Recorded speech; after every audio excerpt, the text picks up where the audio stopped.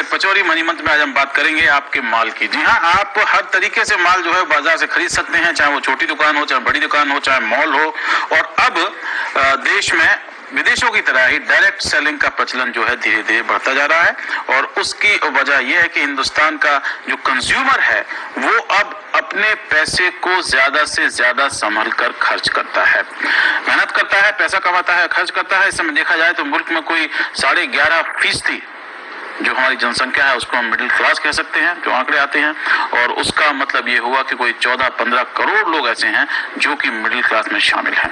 और इनको लुभाने के लिए, इनसे बात करने के लिए डायरेक्ट सेलिंग जो है वो हो रही है। हिंदुस्तान में कोई 6-7 बड़ी कंपनियां जो दुनिया भर की हैं वो यहाँ पर आ चुकी हैं।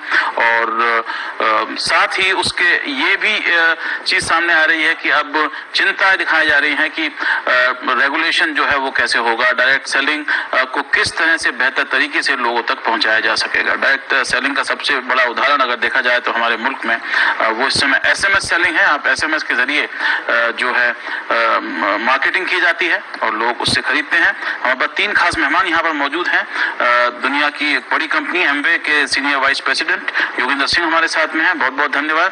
और डायरेक्ट सेलिंग जो कंपनीज सारी जो है उनकी association IDSA, Indian direct selling association की सेक्रेटरी जनरल छवि हेमंत हमारे साथ में है। और क्योंकि मामला कंज्यूमर का है और कंज्यूमर के अधिकारों का है और साथ ही कंज्यूमर को ज्यादा से ज्यादा सुविधा देने का है, प्रोफेसर श्रीराम खन्ना हमारे साथ में हैं जो मैनेजिंग ट्रस्टी हैं कंज्यूमर वॉइस के। अगर हम इस समय उठा के देखें तो हिंदुस्तान जो कि इतना बड़ा देश है वहां पर डायरेक्ट सेलिंग जो है वो उतनी ज्यादा नहीं होती है। इस समय हिंदुस्तान का जो कंज्यूमर मार्केट है दुनिया का कोई 11वां या 12वां सबसे बड़ा कंज्यूमर मार्केट कहलाता है। लेकिन अगर डायरेक्ट सेलिंग की हम बात करें तो हिंदुस्तान का नंबर जो है वो 25-26 के आसपास आता है। हम देख सकते हैं, आप जल्दी से देखिए 2003 से अगर हम ये दुनिया की जो डायरेक्ट सेलिंग है उसका उस पर नजर डालें टोटल, तो आप समझ सकते हैं कि कितनी ज्यादा इसमें तरक्की पिछले दिनों में जब से हुई है, जब से इंटरनेट और कम्युनिकेशन जो है वो बेहतर हो गए हैं। कोई पिछले 3 साल में सबसे ज्यादा हुई है। अगर आंकड़ों से देखा जाए तो 2007-8 में करीब 14% से 15% तक की ग्रोथ हुई थी और 8-9 के अंदर 17-18% की ग्रोथ हुई थी और 9-10 के अंदर 24% की ग्रोथ देखी। 4120 करोड़ रुपए जो हैं वो अब 2009-2010 के हैं। और ये बावजूद इसके है कि 2008-2009 में दुनिया भर में मंदी चल रही थी और लोग कह रहे थे कि देश में भी मंदी के आसार नजर आ रहे हैं। मार्केट साइज अगर हम देख लें तो ये आप देख सकते हैं कि किस तरह से तेजी से बढ़ रहा है। लगभग दुगना सिर्फ 5 साल के अंदर मार्केट जो है वो हो गया है हिंदुस्तान में डायरेक्ट सेलिंग का। तो ये मोटी बातें इसमें नजर आती हैं। लेकिन फिर भी अगर हम देखें तो इतने बड़े मार्केट में अभी भी अगर हम नंबर उठा के देखें तो हिंदुस्तान का नंबर जो है वो पेरू और स्पेन के आसपास आता है।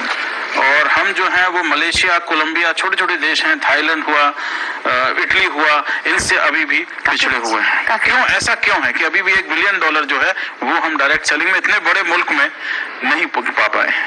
सबसे बड़ी बात जो ये है कि डेफिनेशनल क्लैरिटी, परिभाषा जो डायरेक्ट सेलिंग की है वो हमारे देश में क्लियर नहीं है। जैसे कि कैटलॉग सेल्स हो गया, door to door sales, direct selling, internet sales, इस सबको लोग सोचते हैं कि ये डायरेक्ट सेलिंग है, लेकिन वो डायरेक्ट सेलिंग नहीं है। डायरेक्ट सेलिंग की जो परिभाषा है वो इस हिसाब से है कि जो भी कुछ आप बेचना चाहें वो आपस में मिलकर घर में या घर के बाहर किसी भी ऐसी जगह पर जहाँ पे भी फिक्स दुकान नहीं हो, जहाँ पे परमानेंट रिटेल स्ट्रक्चर नहीं हो, वहां पर ये इसका आदान प्रदान, लोगों से बातचीत, कई बार ये जो सेल होती है ये उस हिसाब से होती है कि कोई पार्टी प्लान रखा जाता है तो औरतें इकट्ठी होती है, वहाँ पे भी सबसे बड़ा उदाहरण है हिंदुस्तान में, तो वहाँ पर भी सेल होती है।